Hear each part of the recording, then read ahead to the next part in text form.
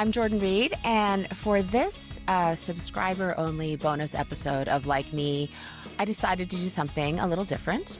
You probably know this by now. I have a lot of posts that I've written on topics such as mental health, parenting, divorce, etc.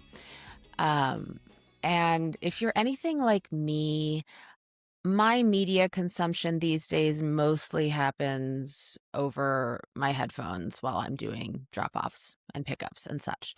So I wanted to do a series on the always uplifting topic of divorce, where I read some of my favorite pieces and some new content on the topic for each of these bonus episodes, so that you have something to listen to while you also go to the grocery store and spend too much money on milk.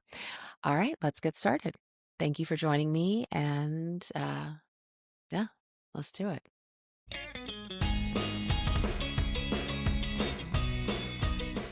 If we're being honest, I don't think it was my marriage that broke me. It was all of the marriages. I read this book, Fleischman is in Trouble. It's the book turned miniseries starring Claire Danes about a woman who one day simply disappears. She abandons her marriage and her job and her children while her husband holds up the fort, so to speak. It involves major twists that I'm not going to spoil for you. You really should read the book, but I don't think it's a spoiler to tell you what I took away from this, which is that this book explained my own story to me in a way that I had never fully comprehended before. At the crux of the issue is the plight of the working mother. I've always shied away from this topic because in our present culture, there is such a completely valid sensitivity to the different ways women approach parenting.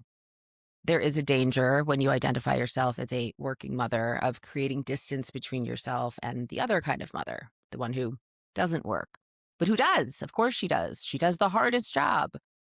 And it is true. Being a parent is the hardest job you will ever have. But I am a parent, and I also have a job, both because I have to and because I want to, by which I mean also that I have to for myself.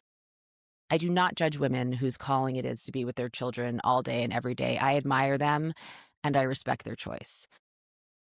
But I am tired of pretending that what we do are variations on a theme. Because when we do this, we run the risk of ignoring what's happening to working mothers, which is that they are trapped in a system designed to break them. Forget about striations of hardness or effort. It's all hard. Life is hard when you're a grown-up. There are specific hardnesses unique to the work of staying home with one's children. I could not do it.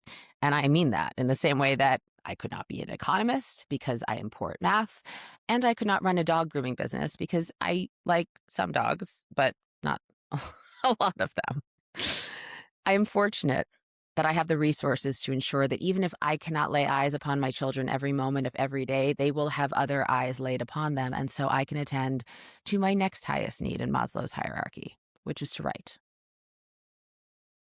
But when I was married, here is what I did. I worked.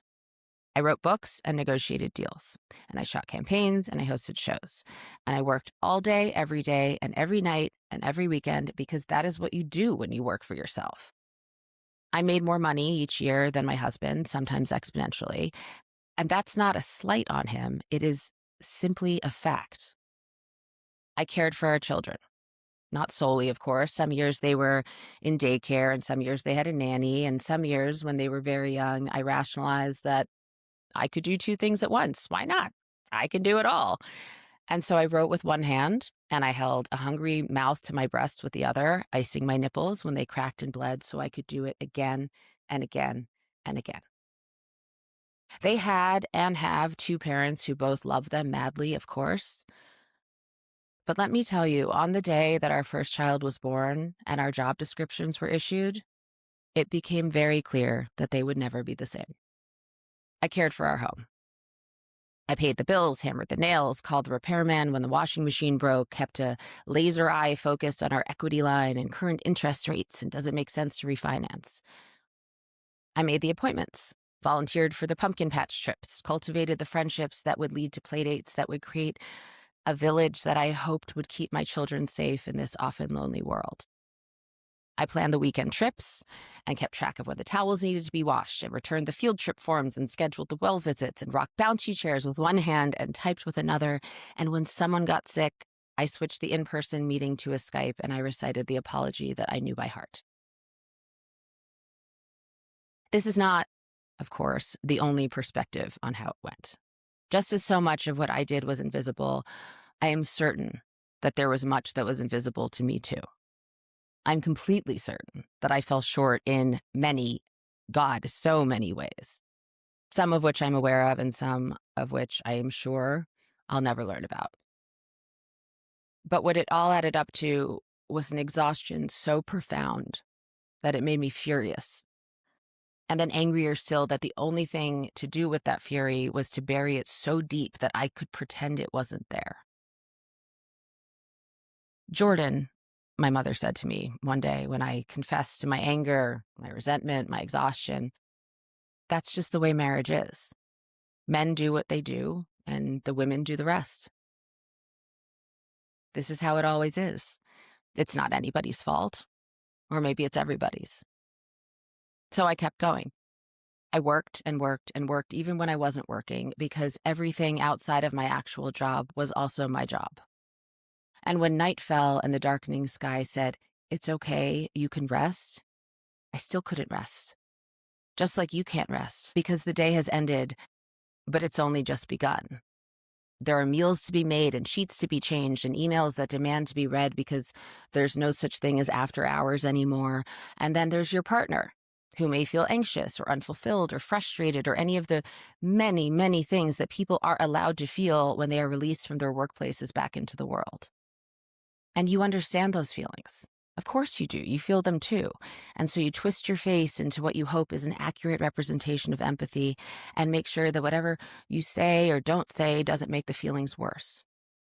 And while you're making sure not to make those feelings worse, watching your words and your gestures and tiptoeing around egos and patterns and long simmering discontentment that's never quite been resolved, you're also making dinner and making beds and making sure the health insurance deductible got paid. And did I mention that your children are right there sitting in their front row seats absorbing it all? Eventually, of course, you cannot do this anymore. This dance where you do too much and pretend that you do not, because if your partner really knew the true volume of what you carry in your mind every moment of every day, they might get defensive. And you don't want to fight. A fight is just one more thing you'll have to do. And even if they hear you, it's not going to change anything anyway, so why bother? This is how it always is. You can do it. Other women do it.